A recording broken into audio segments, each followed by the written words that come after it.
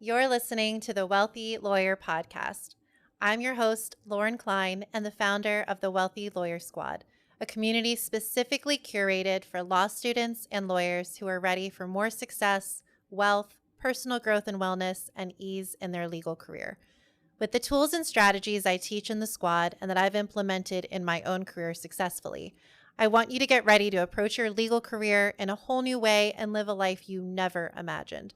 I'm a former big law attorney, entrepreneur, law firm owner, and success coach for law students and new lawyers, and I am here to support and inspire you on your journey in the law every step of the way. Let's go, squad.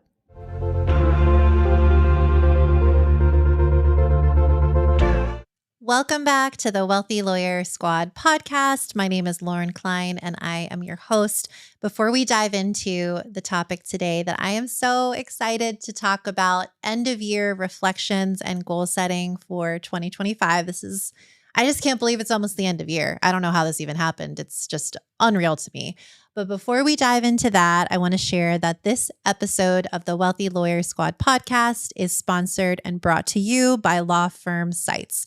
Law Firm Sites has been building custom websites and providing online marketing for law firms specifically for over 23 years. They are great at what they do because it is all that they do. So if you're looking to expand the reach of your firm or just improve your online presence, then Law Firm Sites has the team to do it. Go to lawfirmsites.com or call 800-932-8242. and mention the Wealthy Lawyer Squad to receive 10% off your website or marketing package that you choose. They are absolutely fabulous. Highly recommend them. Love them, love them. Go check them out. Without further ado, here we are. It's almost the end of 2024. As of today, when I'm recording this, we are in October. So depending on when this is released, we are going to be much closer to the end of the year. I don't know about all of you, but this year has by far been the fastest year of my life. It has gone by in literally the blink of an eye. I'm sure part of that is because I have two little ones. One of them is 2 and the other's going to be 4 next week. I don't know how this happened. I think he was born yesterday. It makes absolutely no sense to my mind and my brain. And I thought that the COVID years were the years that went by like the blink of an eye, but 2024 has just sped by. I think also because I'm in the midst of growing and building a law firm and a brand with Flourish Law Group that has also it just sped up time. It's unreal. And then growing, the Wealthy Lawyer Squad, launching the very first cohort of the Lawyer Success Blueprint has been so much fun. And just doing the Mindset and Money book club with our squad members has been incredible. Monthly yoga, all the things that you get when you join the squad. It has been so rewarding for me to grow that and to see the results for those who are joining the squad and who have joined, and just hearing the feedback and seeing the transformations and the shifts and the goal setting and the goal accomplishments, and just watching people's mindsets around money and life and success and what is available to them shift and change. It's all that I could ever ask for. So I think between all of that, it's just flown by. And I wonder, is it the same for you? Are you also feeling like 2024, like you blinked and all of a sudden we're almost at 2025? I don't know. It is just so wild.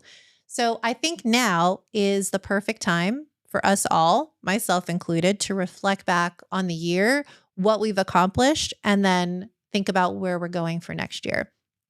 So if you're not driving or walking, I think it would be fabulous if you could get a piece of paper, get your journal out. And if not, just check the show notes for these questions, because these are going to be great journal prompts for you to reflect back over this past year and to start to think about where you're going next year and the years thereafter as well.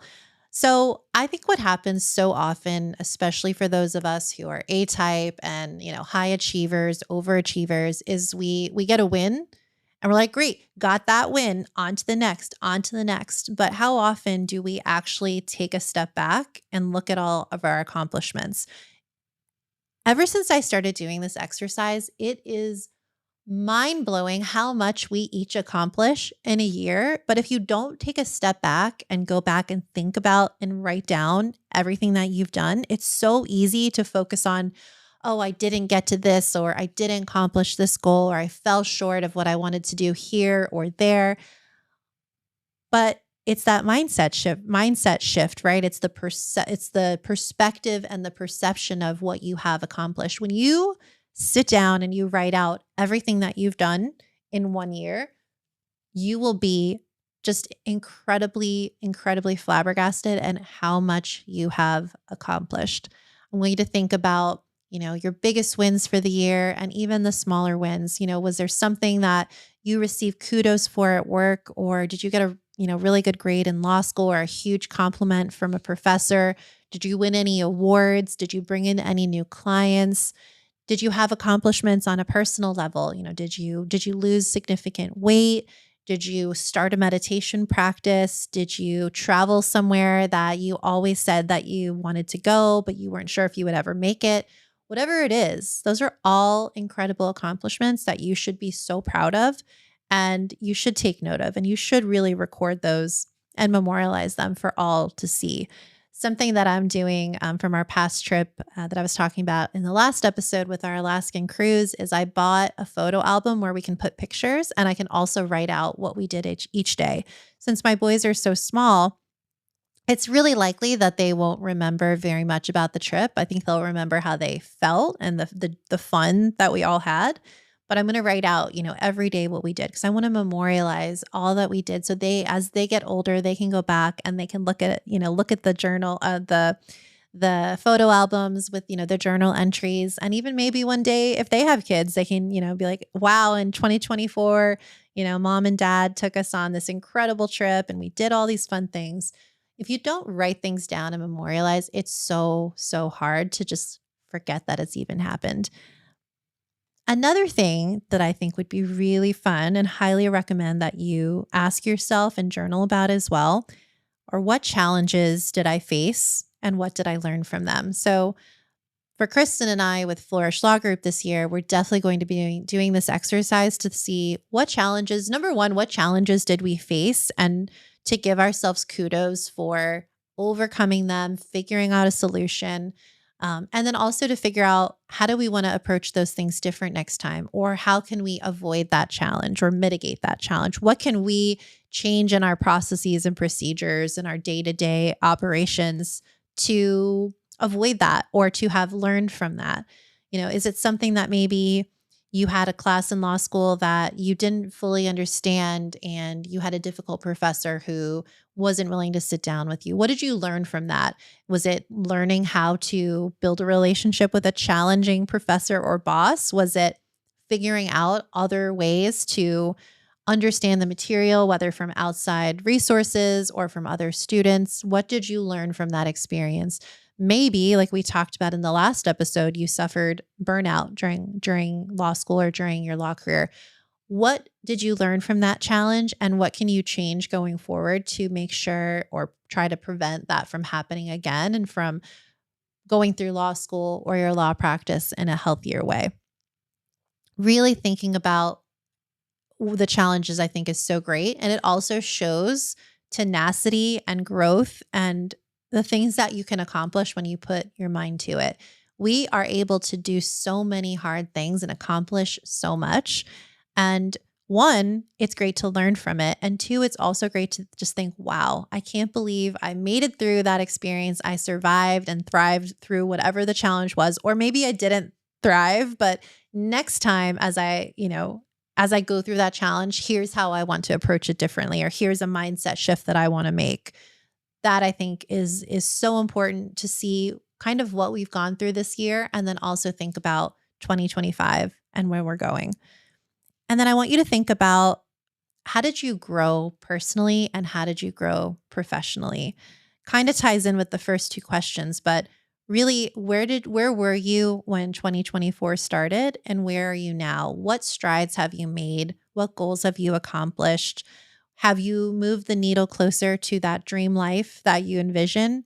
Do you even know what your dream life is? I was talking to a friend the other day, and we were talking about how I think sometimes when we're young and we maybe have a traumatic upbringing, our goal is to survive and to feel safe, whether that's physically or around money or whatever it is. And so when you kind of have a childhood where you don't really feel safe, whether it's like a legitimate safety risk or just a mental safety, I think we bring that into our adulthood. And so she was saying, well, now I got to a point where I feel financially secure. I feel secure in my career. I have amazing friends, but I haven't really allowed myself to think, what does my dream life actually look like? What does an ideal life look for me? Because that wasn't available, or I didn't perceive that as being available to me before, because I just wanted to be safe and to survive.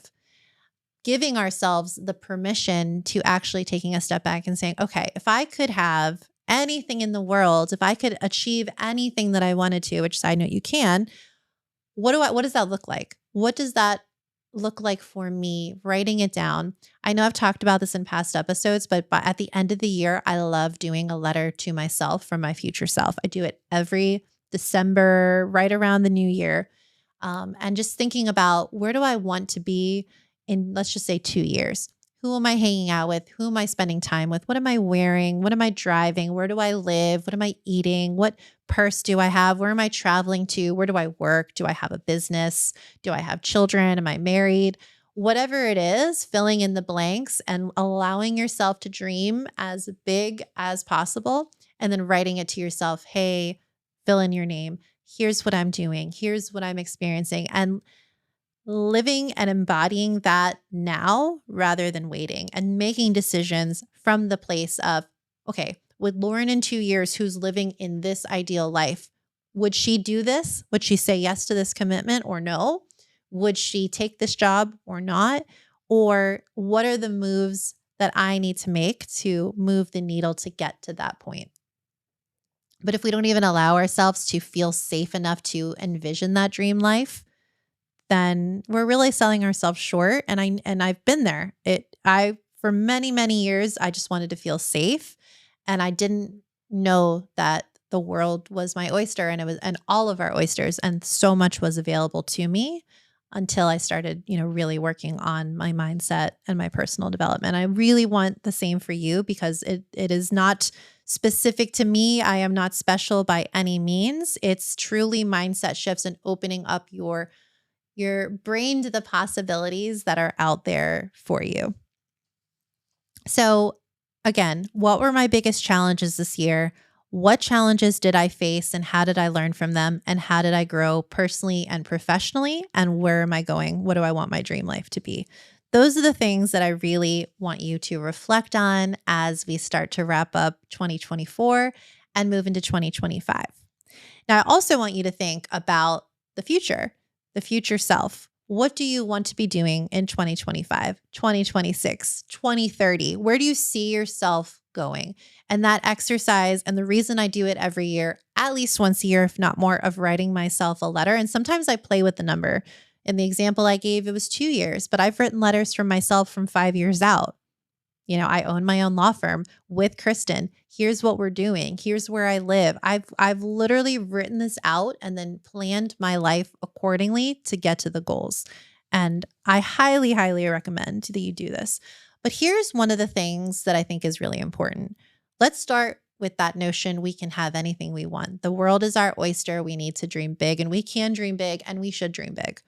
But when you start to make your goals to get to that place, you got to start with goals that actually are attainable. And now, I'm not saying that maybe a goal is attainable and you don't realize it yet. That could be the case. But setting up goals that are, that SMART acronym, I don't know if you've ever heard that thrown around, but when I try to set a goal, this is what I do. It's specific, measurable, achievable, relevant, and time specific. So specific. My goal is that I want to buy a house in this specific neighborhood. Okay, that's the goal. Measurable. Here is how much I need to save per year based on the current value of that home, or invest per year, or get a raise to earn, or whatever it is, start a business so I can attain the dollar amount that I need to have for a down payment. That is the measurable goal. So specific, I want a house in this neighborhood. Measurable, here's how much I will need to save based on today's fair market value, because we all know the real estate market is up and down and all over and up, especially in South Florida. But we can only work with what we know now, and maybe a little bit of, trying to figure out the market. How much do I need to save? Achievable. Okay, look at how much, and before I go into achievable, so much more than we realize is achievable. So this is where I want you to dream bigger than you may allow yourself. Achievable. Looking at, okay, how much am I earning right now per year? Or if you're still in law school, how much do I anticipate earning based on my area of practice and what I think in my, in my market, I can reasonably make and earn per year? Is that achievable? And really, and if you feel like, okay, X dollar amount, I'm going to make $100,000 per year, and that feels achievable, and you've talked to others and you've talked to professors, and you have a sense that is a reasonable number for, your first or second year of law practice, then you know what it is. But can you make that number higher? Can we achieve more? Can we apply for jobs that maybe feel big and scary to us? Or can we make some investments in the stock market that can earn us some money? Is there a way to maybe save? Let's say you're renting for the few years until you get there. Maybe you don't really want a roommate, but you get one to, reduce the cost. Or maybe you don't live in the new fancy high rise because you have your end goal in mind of buying the house in that specific neighborhood. Whatever it might be, I don't want achievable to feel limiting. I want it to feel very abundant and open, but it also, we need to money doesn't necessarily just come out of nowhere. Sometimes it does. I'm not saying it can't, but having an achievable goal, I think, is really important and relevant. What are the steps to get there, and are they relevant? Are the steps, okay, here's my budget, here's how much I'm going to set aside each paycheck to achieve that goal? Is it relevant? Is it a situation where, you're spending money that maybe you're realizing that you have a lot of excess bills that you could easily cut, especially to achieve this goal? Or maybe you start thinking about, getting a new job, moving to a bigger firm, moving into a different area of practice where you will earn more money, or a different market, whatever it might be. I remember an example of a lawyer I knew. She was living in New York and she wanted to pay off all her law school debt. She decided to move her family to Texas, where the cost of living was significantly lower. She was still able to get a job that paid really well, but because she significantly reduced her cost of living, she now has no law school debt, and she's a real estate investor and a practicing attorney. So thinking outside of the box and not just sticking with whatever that status quo, challenging that status quo to see, is this decision relevant to my goal? Does this help me, again, to move that needle forward? And then time bound. Okay, I want to buy a house in this specific neighborhood in 2 years, in 3 years, and then working backwards from there. Okay, so how much do I need to save? How much do I need to invest? What steps do I need to take? Maybe I invest my money with a certain bank to make sure that I get a lower interest rate through, that their mortgage lender side of the industry of the bank. Things of that nature. Maybe get a financial advisor to make sure that you're staying on top of your money and you're making smart money decisions. Maybe you start reading books about investing or real estate investing. Maybe you buy a duplex in that neighborhood and then you can rent out one side and live in the other side for free. House hacking. I don't know. It's not necessarily about the how. It's about knowing where you're going and then creating those action steps, and also being open to pivoting as things might change, as the market changes, as your life changes, whatever it might be. And that's just one example. I could give so many, but I think that that's a really good way to start thinking about it. And that way, it's not just a wish; it's an actual goal with measurable steps that you can start to take. So I want you to think. Add another journal question. What is it that I want to achieve? What goals, as I write this letter to myself, what goals do I want to achieve in order to get me to that dream life, that dream future me, in a way that is smart and does have those measurable components to it? Another thing I want to talk about as we wrap up 2024 and move into 2025 and this ties into the last episode, is making sure, and I'm talking to myself too, that we all prioritize our rest. The end of the year can get really hectic. You might hear a lot of different podcasts like go, go, go, go hard for the rest of the year. This is where we separate the weak from the strong. And again, I do love hard work. It has its time and its place. I love ambition, but we want to make sure that we're moving into our new year in a way that is healthy. And so myself included can be really guilty at the end of the year of not only trying to like scramble to meet those goals, but also all the family obligations and the events and the holiday parties and the activities that come along with end of year and the holidays. But just giving ourselves permission to, one, you don't have to say yes to everything, even family stuff. You can decide that it's not for you, or you're going to have a limited role in the family activities this year. Or if you have kids, you're not going to try to go all out and, do all the things and burn yourself out so you don't get to enjoy your holiday season. Or maybe you have, law school finals coming up and you're like, okay, how am I supposed to enjoy my holiday season while also dealing with these law school finals? And again, it's those boundaries and making sure that you're taking care of yourself and the things that you can set aside and that you can take off of your calendar and your to-do list for now. Go ahead and give yourself some permission to do that. But I think that for all of us, taking time to reflect back on everything that we've accomplished this year, look at where we're going and what we want to achieve, while simultaneously allowing ourselves to enjoy all the fruits of our labor and rest, and whatever a holiday season that feels good for you, making it that. We don't owe anything to anyone, even our own families. Yes, there's family obligations and we spend time with them and we love them, and maybe there's some traveling, but we don't have to kill ourselves over it. And we don't have to push ourselves again to that brink of burnout or into burnout in order to keep our families happy or our loved ones happy. So I love this time of year. I hope this episode was really helpful for you. I would love to hear some of your answers to these journal prompts. And I think just take some time, really take some time to think about all of these things and let me know what you come up with, especially for that letter to yourself. I love hearing different examples and the things that people realize, wow, I didn't even know that was something I wanted, or I thought this was important to me, but when I really looked at, 3-5 years out, I realized it really doesn't matter to me at all. So wishing you a fabulous and productive and restful rest of 2024, and I'll see you soon. Thanks, everyone.